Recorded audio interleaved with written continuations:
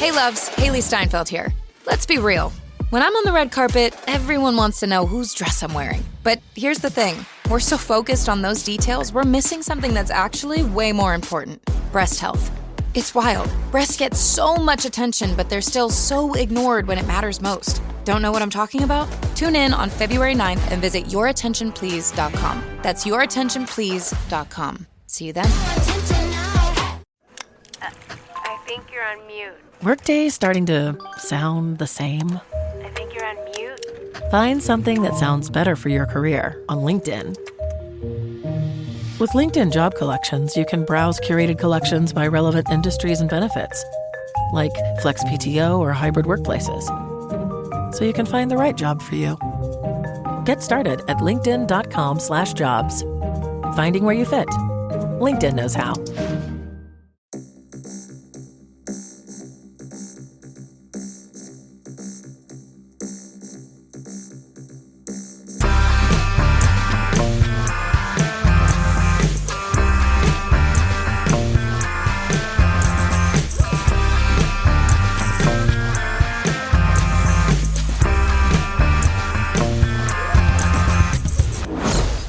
Hello and welcome to Unequal Sequel Extra. Yes, everyone, it has begun. Sequel season has begun. It's been a slow start of the year as ever for sequels. Yeah. We fill the time quite adequately, I think, with catching up with last year's films. Yeah. I mean, hey, we did sequels that came out in December, in January, and now we're going to do a sequel that came out in January, in February.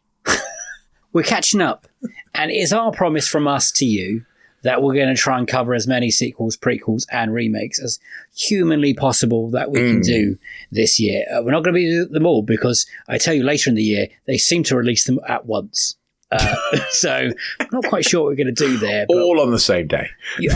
Rich, I'm not kidding. Pretty much, they're like, this is the day that every single is going to be released. It's in the summer, obviously. Right. Good. So I don't know what we're going to do there, but we'll have fun. And it's exciting because, it's been a while since we've reviewed, a sequel. Was it a few weeks? We've done the yearly roundup and the January roundup, and here we are. Have you got your sequel hat back on? I do. And it's very snug. Yeah, good. How are you, by the way? You okay? I've got a hideous headache. Excellent. I'm sorry, but I've had a job interview today, so I've had to ignore it. Go up to Birmingham and back on the train. Birmingham?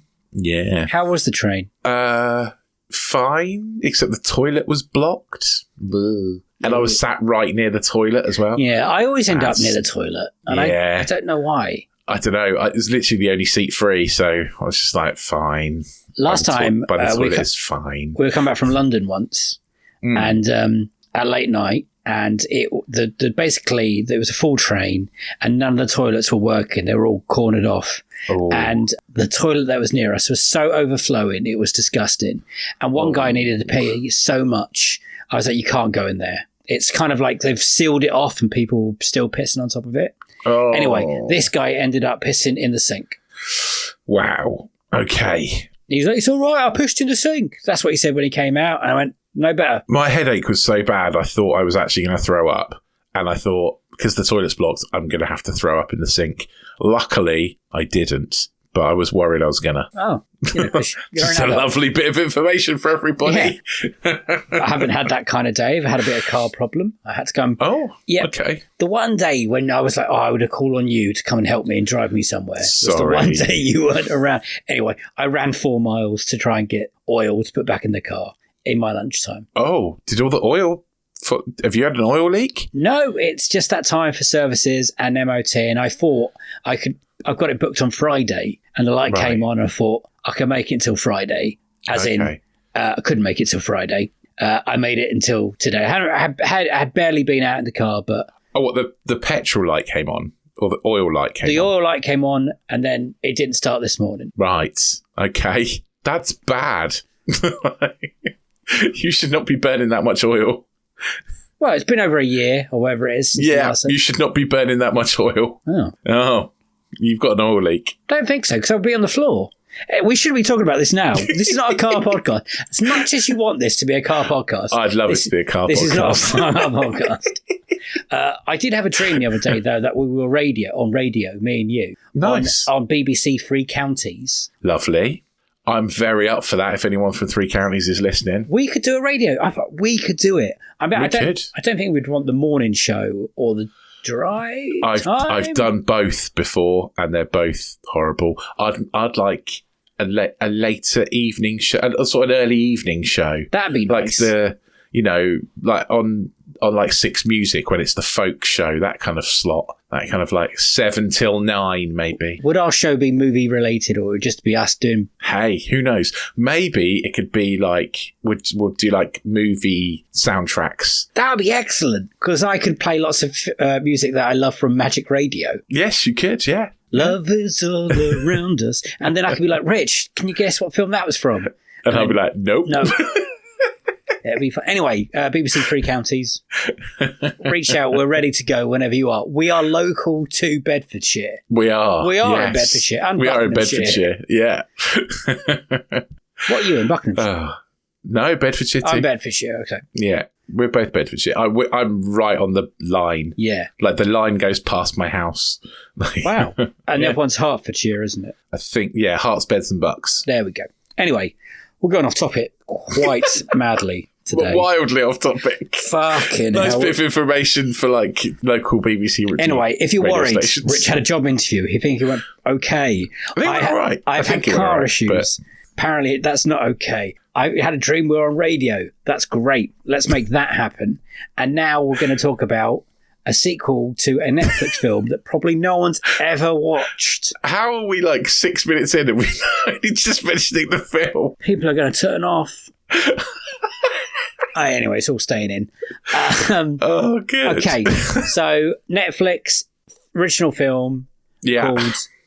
Bank of Dave 2. Well, yes, but I was going to introduce the first one first that no one's ever seen either, which is called The Bank of Dave. Or, Yeah. And so then there's The Bank of... give it its full name. The Bank of Dave 2, The Lone Ranger. Oh, sorry. Or Yeah. if you're in Spain, El Banco de Dave 2, which is much better, makes it sound much better. Isn't it DOS if you're in Spanish? Look, El Banco de Dave DOS. I'm only telling you what it says. It says El Banco de Dave 2, Spain. Or, yeah, it's the same in Mexico, Okay. believe it or not. Do you know what Fair it is enough. in India? Bank of Dave 2? Yeah, you're right, the Lone Ranger. I was trying to be smart. I was trying to catch you out. You're too clever.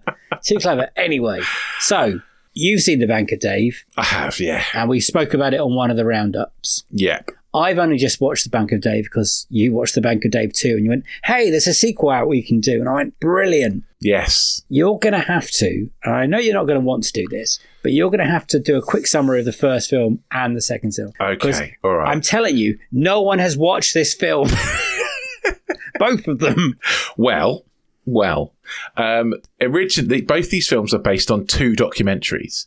So there's a documentary called The Bank of Dave. And there's another documentary called The Bank of Dave, The Lone Ranger. And so Right. both these movies are based on those two documentaries. It's about a guy from Burnley called Dave, who originally wanted to set up his own bank because there were lots of people having lots of credit problems and banks were taking them for a ride. He wanted to set up his own bank, be nice and fair, lend to people at reasonable rates, let them, have savings. And it's all about his massive fight about how to open his own bank. He's never managed to open his own bank. It's actually called Burnley Savings and Loans. So it's actually a credit union rather than a bank because he's still not been able to open his own bank because the laws for opening a bank in the UK are fucking ridiculous.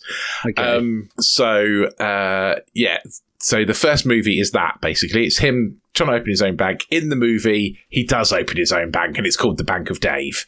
But in real life, it's a credit union. This second movie is based on the second documentary where Dave takes on payday loan companies. So basically, if people outside the UK or America haven't heard of payday loan companies, that's a good thing. They are basically companies who would lend you a bit of money for a really short period of time, but if you didn't pay it back in that short period of time, they would charge you like 2,000% interest. Yeah. They were mad. basically loan sharks. essentially legal loan sharks. And Dave is part of the reason why it's now illegal to do that practice in the UK. Has it completely gone? Yeah, it's completely illegal. Okay, so all good. those companies like Wonga and stuff like that, they've all shut down. In fact, there were massive legal cases, and you can get a payout from them. You could have got a payout from them if you kind of used them and stuff. There was all that kind of. I think actually they sneakily kind of went bust before they had to pay out anything, but because they're bastards, obviously. They were on like football shirts, loads of things. Yeah. Like anyway, they were legitimate business back in the day, but they have now gone, and a lot of that is thanks to the work that Dave did. This movie takes that concept and runs with it. and he really runs with it. It says at the start, this is a true-ish story. It says that on both of them. That's false advertising, because it's a very untrue story compared to the documentary. Basically, in the movie, he goes to essentially finds out these loan companies are all owned by like shady American gangsters, and he goes to America to serve papers to a gangster played by Rob Delaney.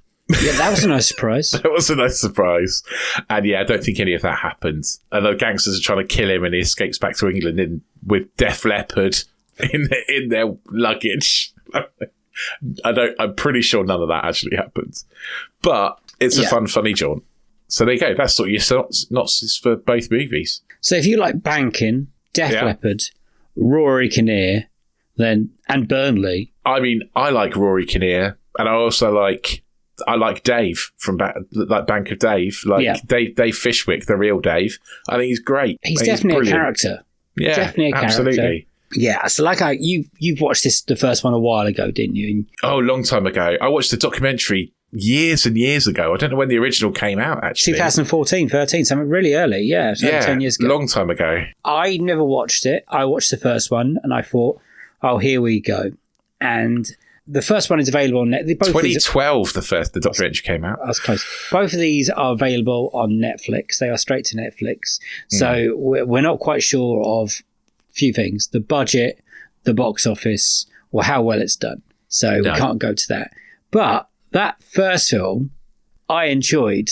It's good, right? It's really good. It's a really good, like, British film.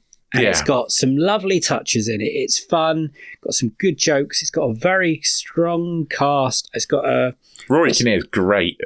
He's barely in the first one. No, I would say barely, but he's not the main character, really. No, that's true. The main character is the Joel Fry lawyer from London who keeps popping up. And the whole, I'm going to say the romantic storyline is really sweet in that first story. And there's some good north and south stuff. Ha, ha, ha, fish out of water stuff. And I think that's the made up bit. Basically, that's the not true bit. Are you telling me that lawyer didn't come up to London and fall in love with... Or even exist. Dave's niece or whatever it is. Yeah. I don't think either of those people exist. It's a lot of fun. It's got a lovely cameo by Paul Kay. They keep mentioning Def Leppard, and you think, I wonder what they're going to do about the Def Leppard problem. They're no way going to get Def Leppard in this movie. They get Def Leppard in this movie. Def Leppard's in the movie, yeah. Def Leppard had such a good time in the first film. They were like, put us in the second film. And give us fucking lines this time. So that's what happens. Such a good idea. So I watched these back to back. It was a double billing, and I watched the first one, and I was surprised. I enjoy it. I laughed a little bit. I thought it was sweet and cute and warm and homely. Me and too. Everyone's really good in it. Like Joe Hartley, the wife, is really good. Angus Wright, who plays Clarence, the other lawyer, is a lot of fun. There's a lot of and there's shrewd, horrible business people played by Hugh Bonneville as well. Yeah, Hugh Bonneville, yeah. And he plays like a good, evil banker, slimy banker, and it's always it's good. It's a good underdog story. He's a total banker, basically. This is why I keep you around, and it's a good underdog story. And by the end of it, you are like, yes, come on, Dave, get that bank, which now apparently is a savings and loans. Yeah, it's a credit union. But he got it open, and he's a good guy. I like people that open stuff, get things done themselves. Yeah. You know, I got our radio station open, and I like to think, you know, that's my Bank of Dave. Well, have you got any leads so I can be on BBC?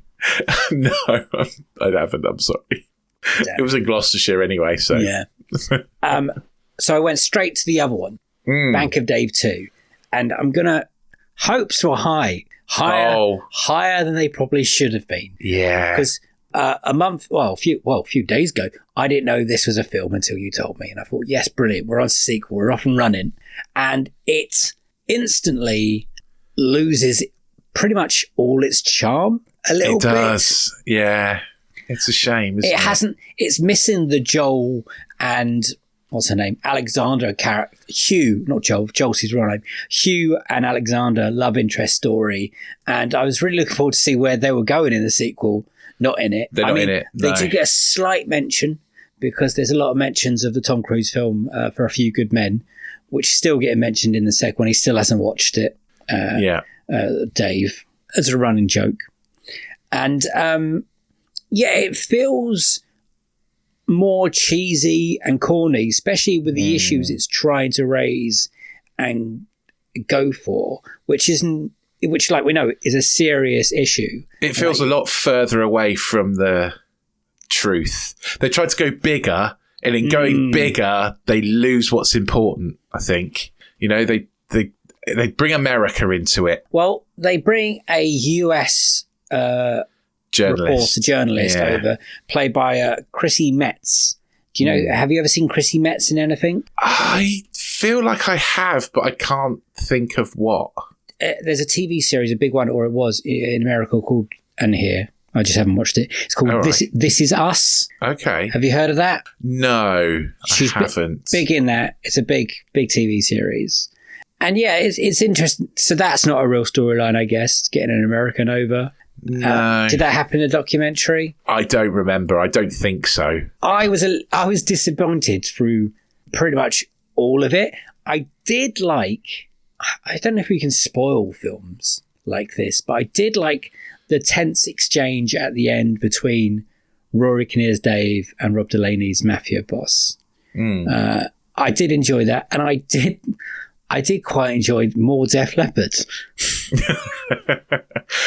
So Jessica, the reporter from America, and Oliver, the Citizens advisor, and Rob Delaney's character, all made up. They're all made up, as are like Quick Dough and Snap Cash and I didn't think they were going to use real names. They're made up. So that's all fictional. Although I like the use of lots of citizens' advice. Because, as you know, I've worked for Citizens Advice. I'm currently a volunteer for Citizens Advice. I think that's a good thing. Do you go around shouting? Not shouting. No, I sit in board meetings. It's not quite as sexy and interesting as this made. To be honest, it's not the people that do that. It's not as sexy and interesting as the film makes it out either. And also, he'd instantly lose his job because he broke the confidentiality rule of Citizens Advice, where he tells Dave all the different people in the pub's problems. Oh yeah, he does. Yeah, instantly gets sacked for that, because the whole point of Citizens Advice is the advice is confidential. Confidential is in the tagline of the whole organisation. You don't get that in the Guardian review, do you? No, that's some gold that no one else will give you. So when you started it and you pressed play, initial, were you? I was quite disappointed, I think. But were you like, oh, this is initially? I was good? like, oh, I'm Rory Kinnear as Dave. I really like. I was happy he was back, and then I was like, It slips. Quite quickly. It turns quite cheesy. Yeah. It like the first. I keep saying the first one has got this tone and this pleasant, cheeriness and I feel like the first one's really British, and then this one has become more what Americans think Britain's like, rather than actually feeling like a British movie.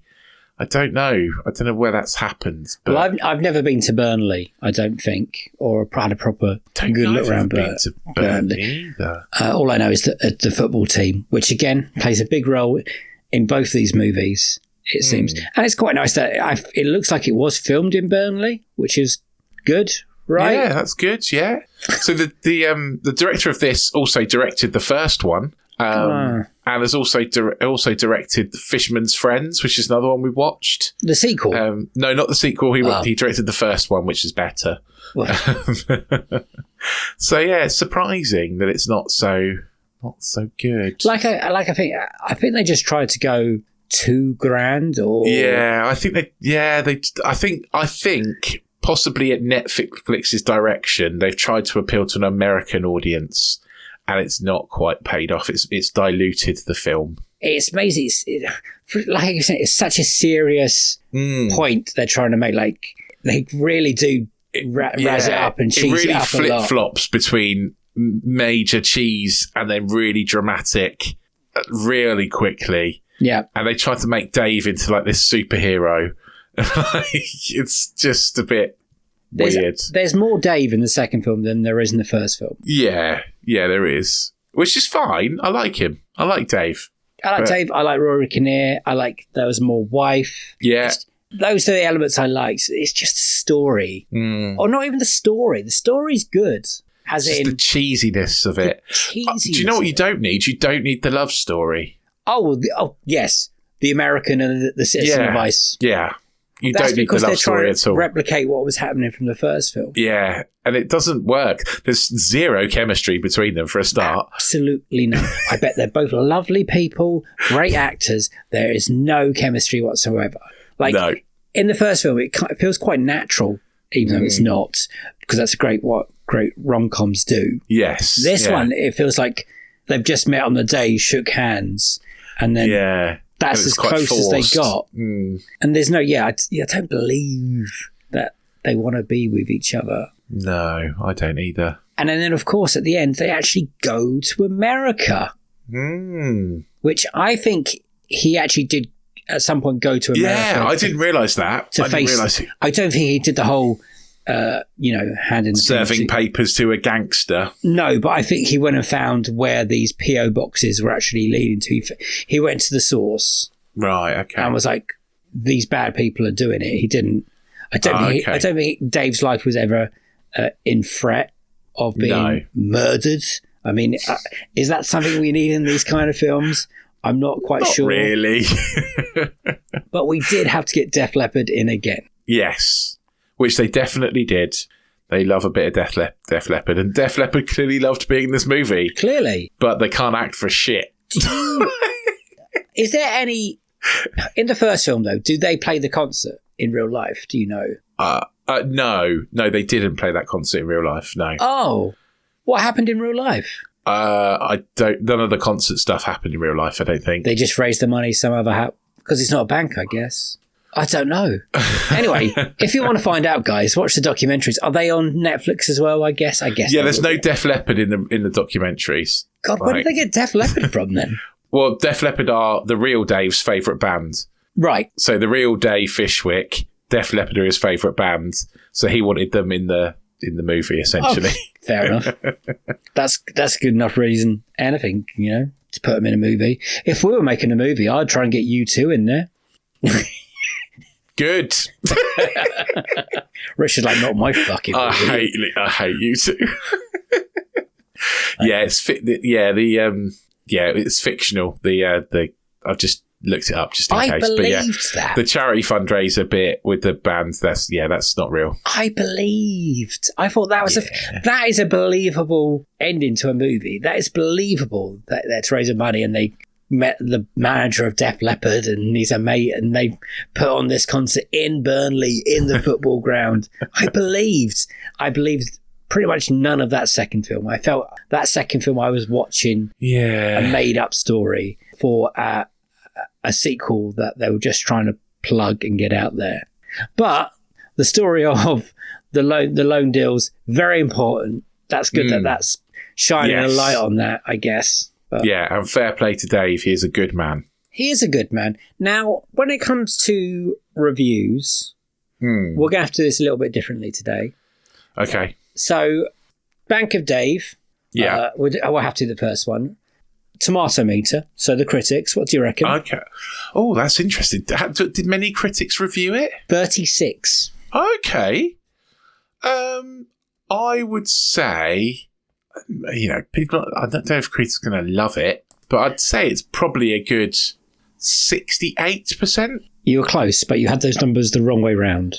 Oh, 86. 86%. Nice. I'm glad about that. I think that's what it deserves. I was tampering back my own feelings because I thought critics would be more cynical. It's a 3 out of 5 movie. John Nugent from Empire magazine, most unsubtle, crowd-pleasing, Burnley-based film. It's charming. That's what he's trying to say. It's charming. None of this is terrible, someone else has wrote dramatically, but Bank of Dave sucks you in, which it does. Yeah, it does, yeah. The most charming and delightful movie of the week. That's the kind of stuff that Bank of Dave is. It's crowd-pleasing, it's charming, it's warm, and it's nice. And it's pleasant, and it's a pleasant way to spend, an hour and 45 minutes? Yeah, it's not that long. It should be. Fine. It should be 90 minutes. It should, yeah. Audience. I think, I think about in the 80s somewhere as well. 83. 88. Oh, okay. I went the wrong way. I was thinking higher, but I think that's fine. I think that's all right. Yeah, good. Good on you, audience and critics. The second one, Bank of Dave 2, The Lone Ranger. Now, I don't think this is a 3 out of 5 movie. You should probably ask me how many reviews. How many reviews? 3. 3. Oh, so it's an egg then, is it? Yeah. It doesn't get a review. It's 3 reviews. One is from Robbie Collin from The Telegraph. Though the genre of 1990s heydays are long gone, there is still a sizable appetite for this sort of thing, as Bank of Dave's success more than proves. But this is less brass off than dashed off. True. Yeah.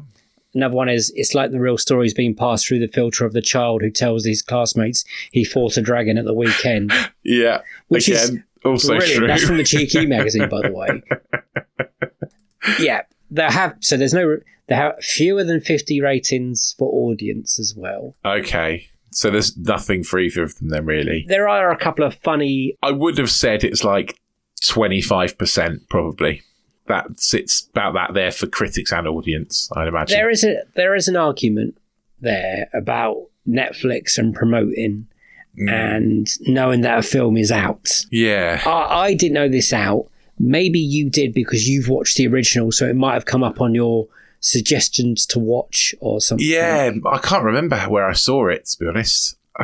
I think actually I was looking for sequels. I think I was looking for sequels for us to review, and I was like, oh, Bank of Dave 2, I'm going to watch that. I didn't think we'd review it, but here we are. Here we are. But few people have reviewed it, the audience. So Paul, very, very disappointing, cheesy, and a difficult watch. A cringy-worthy film, terrible cliche-ridden script. It looked like it was written by a child. Bank of Dave 2 feels more stale than its weak predecessor. There's barely any charm on display, and that's what the movie is built on. Completely agree there, Henry. Oh, well, I wouldn't say that its predecessor was weak, but, other than that, yeah, okay, fair enough. 5 stars. Light-hearted film with a good feel factor. May be appreciated more by a northern viewer. 5 stars? Yeah. Some people are on something crazy. 5 stars. Excellent actors, such a sweet, heartfelt film. 2 stars. Poor performance and a weak storyline. Soon lost interest, struggle to watch. Give it up now, Dave. Your ego will be your downfall.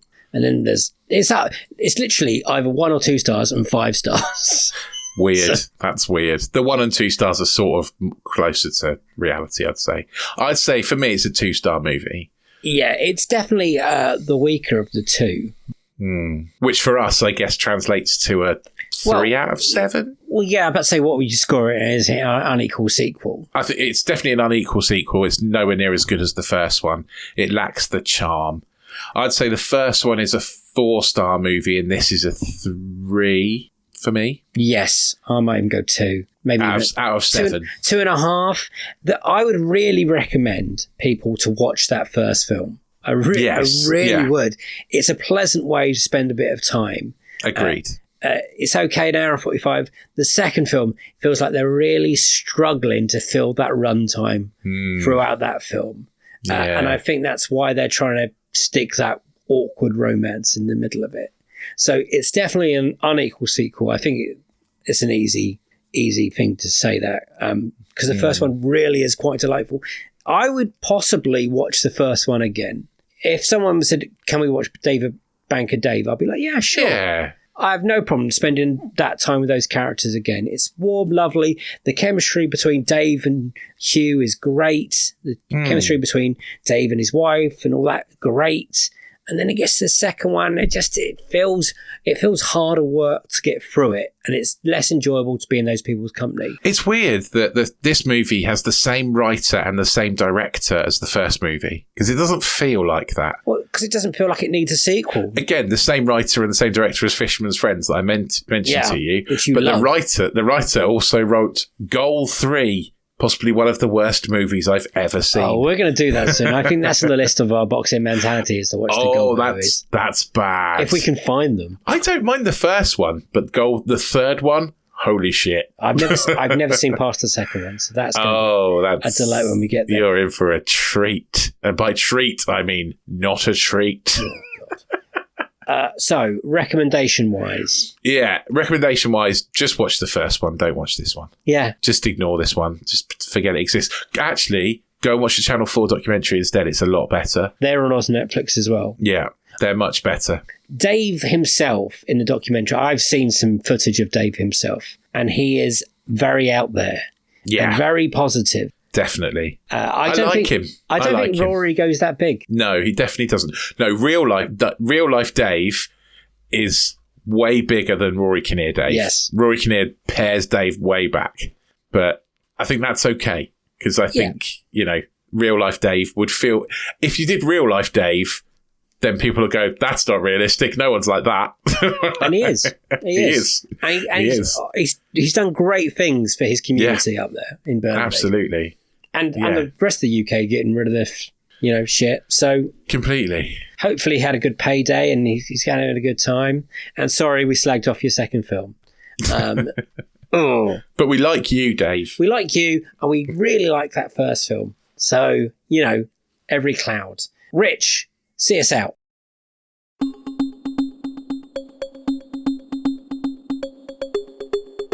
Oh, is it that time already? It is. Flew by. Wow, I can't believe we've talked about Bank of Dave 2 for half an hour. Yeah. If you want to listen to us struggle to fill half an hour talking about weird sequels, then we've got loads of those. Go back and listen to all our other episodes. And while you're there, hit the auto-download button and the subscribe button will drop into your pod player of choice every single week. We have started to record season 8. Oh, I did want to mention that. It will be good.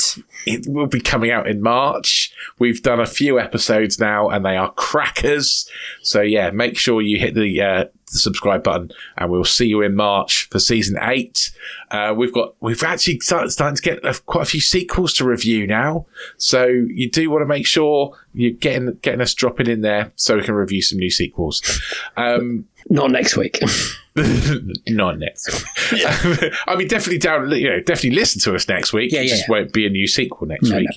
But next week is going to be a fun listen because Dave's going to torture me. Yes.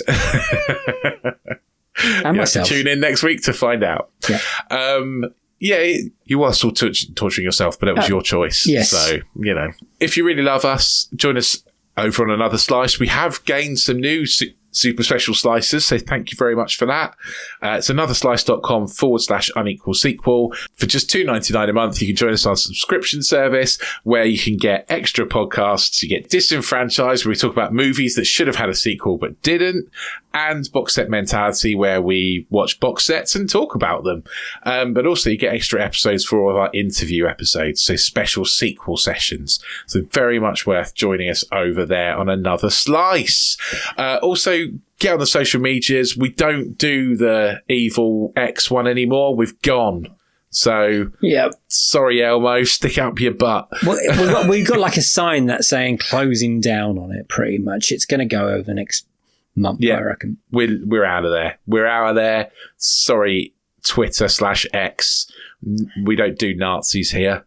Piss off. Yeah, but all the other socials, you can find us on those. And if you don't do social media like a sensible human, then email us. We're unequalsequel@hotmail.com. Let us know what you thought of Bank of Dave and Bank of Dave 2. If you've never seen them, they're on Netflix now. Yay. Yay. And we'll read out your comments in the end of the month roundup. Brilliant. Which, because it's February, will be coming very soon. Really soon. This is a quick month. Yeah. We're trying to be organised and get lots of stuff done. It's exciting. Thank you, everyone, for listening. Really appreciate that. I've got nothing more to say, so it's a goodbye from me, bye-bye, and a goodbye from him. Bye! See you on the next one, sequel to this one. Have a great week. Bye-bye.